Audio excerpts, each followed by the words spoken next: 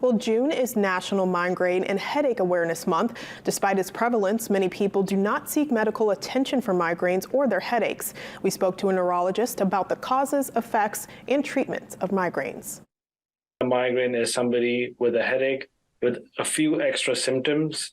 Typically, it could be a combination of light sensitivity, sound sensitivity, nausea, vomiting. So they can have a combination of these, one of these, or all of them. One migraine patient is very different than the next one. So for someone, excessive screen time is a very well-known trigger. For the other person, it's completely not. It's strong smells. Identifying what your known triggers are and then avoiding those as best as possible is an extremely important part to this whole thing. We have a pharmacological approach, like I mentioned, and a non-pharmacological approach.